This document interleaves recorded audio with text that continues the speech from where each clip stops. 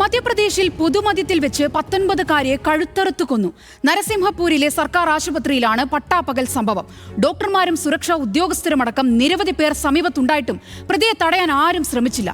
June 27-ന് നടന്ന കൊലപാതകത്തിന് നടുക്കുന്ന ദൃശ്യങ്ങൾ കഴിഞ്ഞ ദിവസമാണ് പുറത്തുവന്നത്.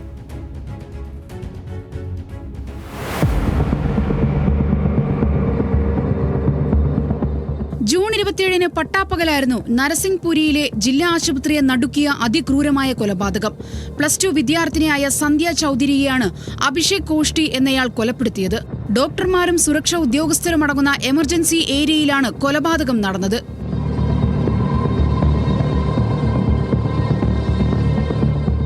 പ്രസവ വാർഡിൽ കഴിയുന്ന സുഹൃത്തിന്റെ ബന്ധുവിനെ കാണാനാണ് സന്ധ്യ ചൌധരി സംഭവ ദിവസം ജില്ലാ ആശുപത്രിയിലെത്തിയത്. ഉച്ചയോടെ പ്രതി അഭിഷേകും ആശുപത്രിയിലെത്തി. ഇരുവരും തമ്മിൽ വാക്കുതർക്കമുണ്ടാവുകയും അഭിഷേക് പെൺകുട്ടിയെ മർദ്ദിച്ച് തറയിലേക്ക് തള്ളിയിടുകയും ചെയ്തു.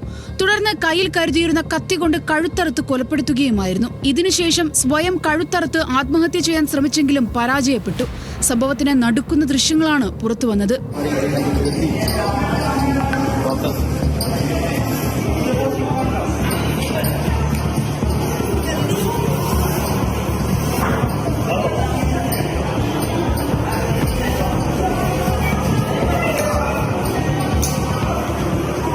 സന്ധ്യ പ്രണയാഭ്യർത്ഥന നിരസിച്ചതിന്റെ പേരിലാണ് കൊലപാതകമെന്നാണ് പ്രാഥമിക നിഗമനം.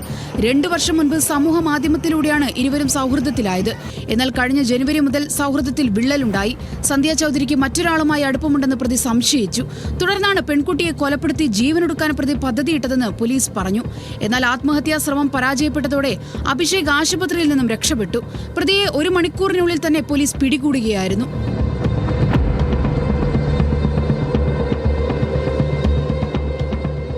തിരക്കേറിയ ആശുപത്രിക്കുള്ളിൽ പകൽ സമയം നടന്ന കൊലപാതകം ആർക്കും തടയാനായില്ലെന്നത് മധ്യപ്രദേശിലെ ആശുപത്രികളിലെ സുരക്ഷ സംബന്ധിച്ചും ചോദ്യങ്ങൾ ഉയർത്തുന്നുണ്ട്. സംഭവ ദിവസം 2 സുരക്ഷാ ജീവനക്കാരും മറ്റു ജീവനക്കാരും രോഗികളും കൂട്ടിരിപ്പുകാരും ഉൾപ്പെടെ നിരവധി പേരാണ് ആശുപത്രിയിലുണ്ടായിരുന്നത്. എന്നാൽ ഇവരാരും അക്രമിയെ തടയാൻ ശ്രമിച്ചില്ല. പെൺകുട്ടിയെ രക്ഷിക്കാൻ ശ്രമിച്ചാൽ കൊല്ലുമെന്ന് അഭിഷേക് ഭീഷണിപ്പെടുത്തിയെന്നാണ് സുരക്ഷാ ഉദ്യോഗസ്ഥരുടെ വിശദീകരണം. News desk, news Malayalam.